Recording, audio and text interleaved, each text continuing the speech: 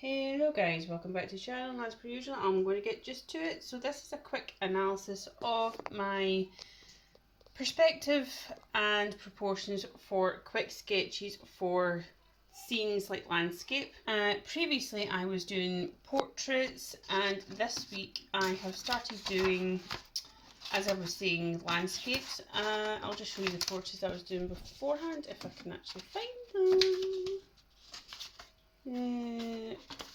Jeez, oh. So that, is that the last one? Yeah, so this was my last portrait.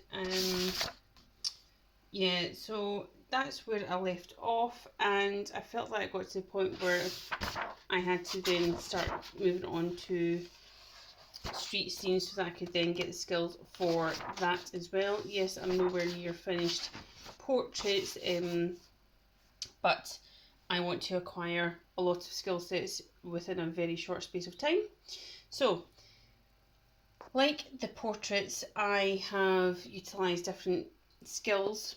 Geometric is the main one. Yes, geometric and observational were the previous two that I utilised heavily, but with this it's a different topic, and I was looking at the lines within, shapes within lines and that type of thing. So this is a completely different topic, as I said, and this is how I'm gradually getting back into doing a topic that I've never really approached this way.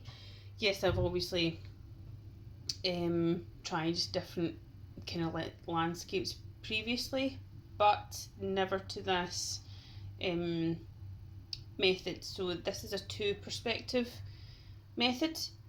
I researched it, and apparently to do a street scene or country scene or any type of landscape, usually it's two perspective. I may be wrong, but that's the research that I found.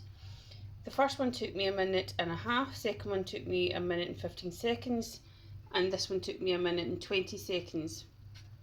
Obviously the main areas that you want to cover when you are actually doing quick sketching, specifically landscapes and like different scenes like that, is to get the perspective correct and the proportions, and then you can then go back in and put the details in properly, because this is obviously just the foundation of and the layout of what could be your artwork. So let me know what you think, and I shall see you next time.